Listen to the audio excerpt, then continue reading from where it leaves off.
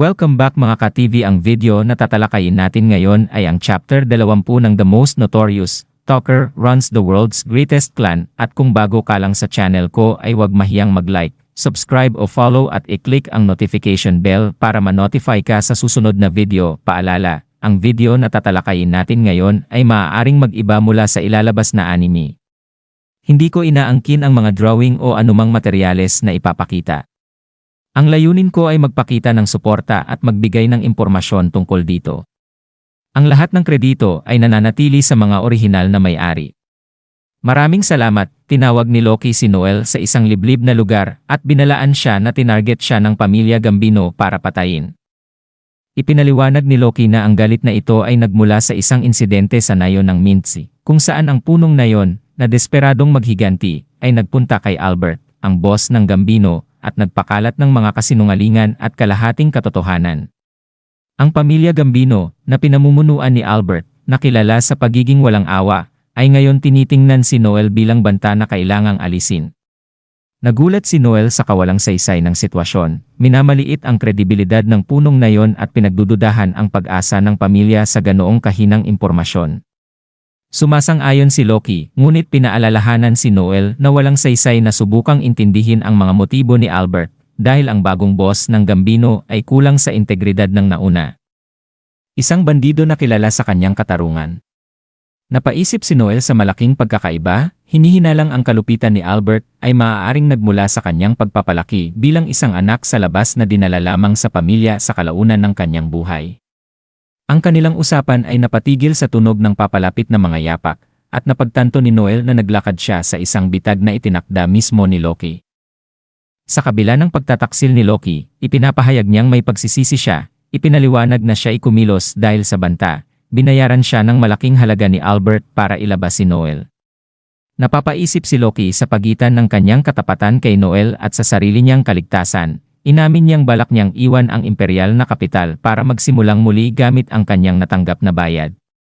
Galit na galit, binatikos siya ni Noel sa paglabag sa mga prinsipyo ng isang tagapagbigay ng impormasyon sa pagbebenta ng isang kliyente, isang bagay na kinikilala ni Loki bilang isang seryosong paglabag sa profesionalismo.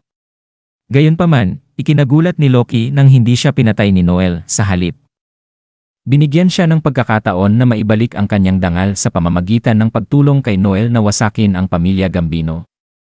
Gulat at natatawa sa katapangan ni Noel, tumawa si Loki at sumang-ayon, pinagtibay ang kanyang pangako na tumulong kay Noel sa takdang panahon, libre bilang kabayaran. Matapos umalis ni Loki, hinarap si Noel ni Koga, isang asasin na ipinadala ni Albert. Si Koga, dating isang gladiator at ngayon ay isang atubiling tagapagpatupad, ay kinilala si Noel at binanggit ang kanilang nakaraang pagkikita. Sa kabila ng kanyang utos, nag-atubili si Koga, nagpapahiwatig ng utang na loob kay Noel dahil sa maliit ngunit mahalagang kilos nito sa nakaraan na may kinalaman sa isang pilak na barya.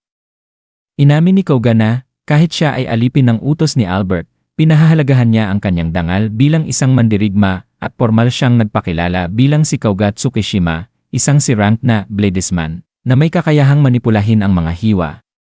Hinamon niya si Noel na tandaan ang kanyang pangalan, isang bihirang pagpapahayag ng sarili para sa isang tulad niya sa posisyon ni Koga.